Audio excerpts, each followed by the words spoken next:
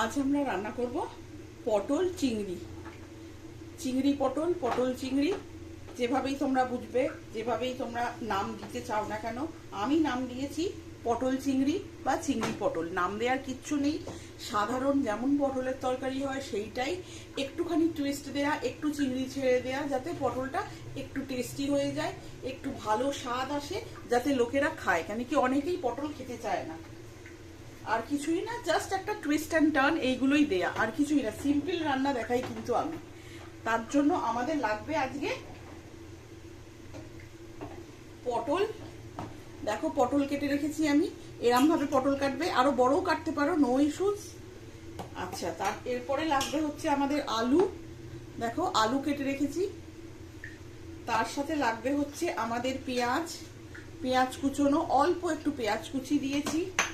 আচ্ছা, লাগবে হচ্ছে টক দই, ফেটিয়ে টক দই রাখা আছে। অবশ্যই এতটা দেব না, আমি দেখানোর জন্য রেখেছি, কিন্তু হিসেব করে দেব।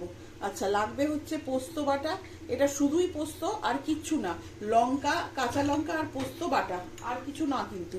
এর মধ্যে কিন্তু আমি কিচ্ছু দিইনি আর। আচ্ছা, এবার লাগবে হচ্ছে আমাদের আসল জিনিসটা, সেটা হচ্ছে চিংড়ি।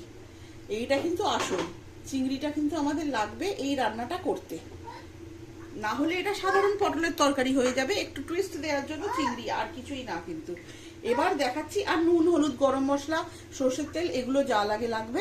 এবার দেখাচ্ছি তোমাদেরকে আমি কিভাবে করব এটা। দেখো তেল আমার গরম হয়ে গেছে, এখানে আমি সর্ষের তেল দিয়েছি। সাদা তেল দিও না, চিংড়ির যেহেতু রান্না, এতে পারলে সর্ষের তেলই দিও। আমি সর্ষের তেল দিয়েছি। এবার তেলটা গরম হয়ে যাওয়ার পর আমি এতে পেঁয়াজ কুচিটা দিয়ে দেবো। পেঁয়াজ কুচি দিয়ে হালকা একটুখানি নেড়ে নেব।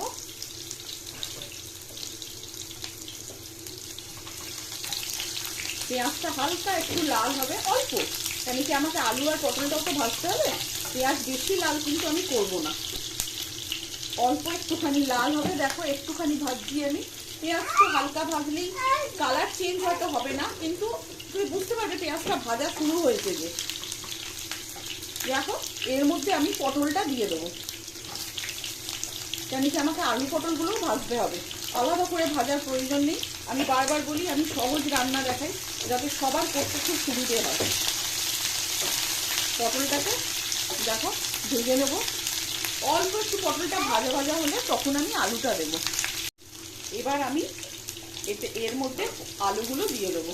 পটল দিয়েছি, পেঁয়াজ দিয়েছি, এবার দিয়ে দিলাম আলু। নিয়ে এটাকে আমি হালকা করে ভাজতে দেবো। তোমরা চাপা দিয়েও ভাজতে পারো, কিন্তু তবে আঁচটা কমিয়ে নেবে, যাতে ভাজাও হবে, সেদ্ধটাও হয়ে যাবে। আমি চাপা দিয়ে একটুখানি ভেজে নিচ্ছি, আঁচ কিন্তু কমিয়ে নেবে, তাহলে ভাজা হয়ে যাবে, সেদ্ধও হবে, কিন্তু পুড়ে যাবে না, না হলে কিন্তু পুড়ে যাবে। আমার কিন্তু ভাজা হয়ে গেছে আলু আর পটল। এবার আমি ঢাকাটা তুলে নেব। দেখো আলু, পটল, পেঁয়াজ আমার কিন্তু ভাজা হয়ে গেছে। এবার এর মধ্যে আমি দেব ভাজা চিংড়িগুলো। কেন কি চিংড়িগুলো ভেজেছি কিন্তু আমি আঁচ বাড়িয়ে, চিংড়ি কিন্তু সেদ্ধ হয়নি, যার জন্য চিংড়িগুলোও যাতে এর সাথে সেদ্ধ হয়ে যায়, রসটাও যাতে ঢুকে যায়, তার জন্য আমি চিংড়িগুলো আগে দিয়ে দিলাম। চিংড়ি যেন ভাজলেই একটু ছিবড়ে ছিবড়ে হয়ে যায়, শক্ত হয়ে যায়, সেটাকে সেদ্ধ করতে হবে। স্পেশালি যদি বাড়িতে বাচ্চা বা বয়স্ক লোকেজন থাকে, তারা তো চিবিয়ে অত খেতে পারবে না, তাদের জন্য এই চিংড়িটা দিয়ে দিলাম আমি। এবার এটাকে কম আছে আবার একটুখানি বসিয়ে নেব।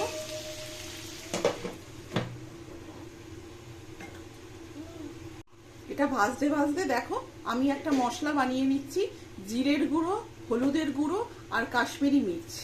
এই তিনটে জিনিস নিয়ে আমি একটা মশলা বানিয়ে নেব। কিছুই না, এগুলোকে অল্প একটু জলে গুলে নিতে হবে, অল্প একটু জলে গুলে নেবে। আমি সবসময় বলি, মশলা ভাজার আগে, তেলে দেওয়ার আগে বা তরকারিতে দেওয়ার আগে একটু জলে গুলে দেবে, তাহলে কিন্তু সুবিধে হবে। এটাকে আমি জলে গুলে কিছুক্ষণের জন্য রেখে দেবো, ততক্ষণে আমার আলু চিংড়িটা ভাজা হবে। এবার এটা আমার ভাজা হয়ে গেছে, দেখো কিছুটা কিন্তু নরমও হয়ে গেছে, আলু পটল এগুলো কিন্তু কিছুটা নরমও হয়ে গেছে। তাহলে কি হবে, আমার তাড়াতাড়ি হয়ে যাবে, আমাকে জল দিয়ে বেশিক্ষণ সেদ্ধ করতে বসাতে হবে না। এরপর আমি দিয়ে দেবো হচ্ছে গোলা মশলাটা, তোমাদের দেখিয়েছিলাম, হলুদ, লঙ্কার গুঁড়ো আর জিরের গুঁড়ো দিয়ে আমি কিন্তু মশলাটা গুলে রেখেছি, সেইটা এবার আমি এর মধ্যে দিয়ে দেবো।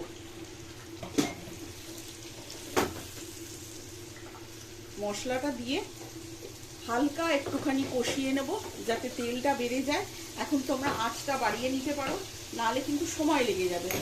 এত সময় তো আজকাল কারোর কাছেই নেই। এরপরে আমি দেখাচ্ছি এরপরে কি করব। আগে এটাকে অল্প একটু কষিয়ে নেব। এই সবই তো জল দিয়ে মশলাটা দিলাম, এটাকে চাপা দিয়ে অল্প একটু কষিয়ে নেব। এবার একটা পাত্রে আমি 2 চামচে পোস্ত নেব, 2 চামচে মতন পোস্ত নিলাম। এর সাথে নেব হচ্ছে ফ্যাটানো টক দই, 2 চামচে মতন টক দই নেব। আমার যেহেতু অল্প আলু আর পটল আছে, আমি কিন্তু এর চেয়ে বেশি নেব না। দেখো 2 চামচে মতন পোস্ত নিয়েছি আর 2 চামচে মতন ফ্যাটানো টক দই। এইটাকে ভালো করে একটু ফেটিয়ে নেব, মিক্স করে নেব, দইটা ফেটিয়ে নেব আরেকবার। দেখো ততক্ষণ কিন্তু আমার সবজিটা কষানো হচ্ছে। এইবার দেখে নেব আমি কষানোটা আমার কমপ্লিট হলো কি হলো না। এ দেখো তেল ছেড়ে দিয়েছে, কিন্তু দেখতেই পাচ্ছ তেল কিন্তু ছেড়ে দিয়েছে। এই দেখো, তার মানে আমার কিন্তু কষানো কমপ্লিট। এই পরিস্থিতিতে আমি অল্প একটু জল দেব, কেন কি দই দেব তো, অল্প একটু জল দেব। এইবার আমি দই আর পোস্ত মেশানো যে মশলাটা, সেইটা কিন্তু এইবার আমি দেব। দেখতে পাচ্ছ দই দিয়ে পোস্ত দিয়ে মেশানো যে মশলাটা, এইবার আমি এর উপর দিয়ে দেবো।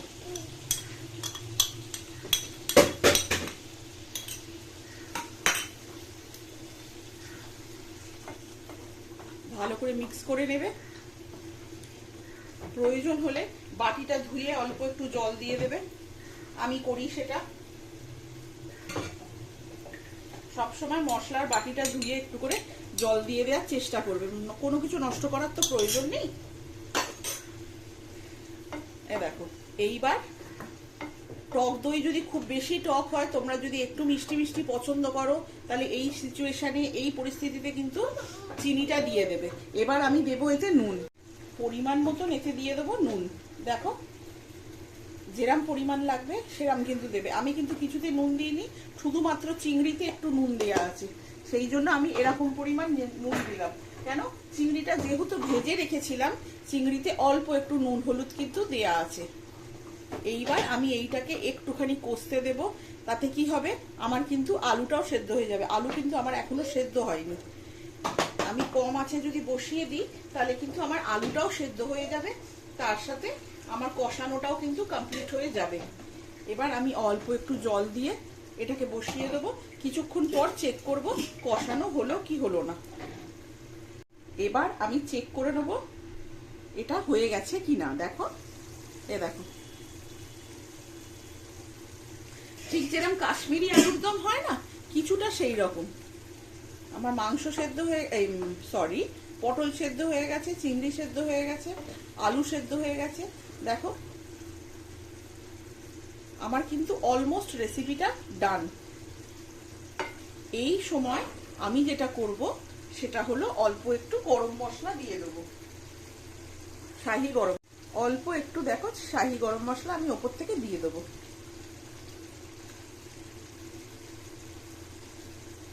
বাঙালির মোটামুটি ভালো রিচ রান্না গরম মশলা ছাড়া কিন্তু অসম্পূর্ণ। আশা করছি তোমরাও একমতই হবে, বাট আমার তাই মনে হয় হালকা একটু গরম মশলা না দিলে রান্না, যে কোনো রান্নাই অসম্পূর্ণ। তবে যেগুলোতে যায় না সেগুলোতে অবশ্যই দেবে না, কিন্তু যেগুলোতে যায়। দেখো এবার কিন্তু আমার কিন্তু রান্না কমপ্লিট। নুন মিষ্টিটা চেক করে নেবে। এবার কিন্তু আমি এটাকে সার্ভ করব।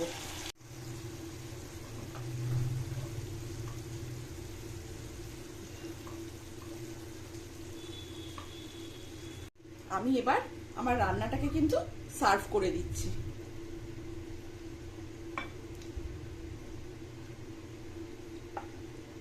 চিংড়ি পটল চিংড়ি যাই নামই দাও না কেন, দেখো এই জিনিসটা আসলো ব্যাপারটা।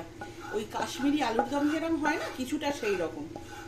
পটলটা অনেকেই খেতে চায় না, এইভাবে করলে আশা করছি তারা খাবে। কেন, এতে একটা চিংড়ির ফ্লেভার আছে, ননভেজ ফ্লেভার আছে, দেখবে তারা কিন্তু খাবে। একবার ট্রাই করে দেখা, আর কিছুই না, অবশ্যই ভালো লাগবে। যে কোনো জিনিসই ইনোভেশন করে করলে ভালোই লাগবে, নানান রকম নতুন নতুন জিনিস দিলে ভালোই লাগবে খেতে। দেখো এইটা হচ্ছে আমার পটল চিংড়ি বা চিংড়ি পটল, যেভাবেই বলো না কেন। এটা কিন্তু দই পটল নয়, দই পটলের রেসিপি কিন্তু আলাদা, পোস্ত পটলের রেসিপি কিন্তু আলাদা, সেগুলো আমি দেব পরে, আস্তে আস্তে দেব। এটা হচ্ছে পটল চিংড়ি বা চিংড়ি পটল। আজকের জন্য তাহলে তোমাদের কাছে এই রান্নাটাই রইল, দেখে বলো কেমন লাগলো। আজকের জন্য চললাম, থ্যাংক ইউ।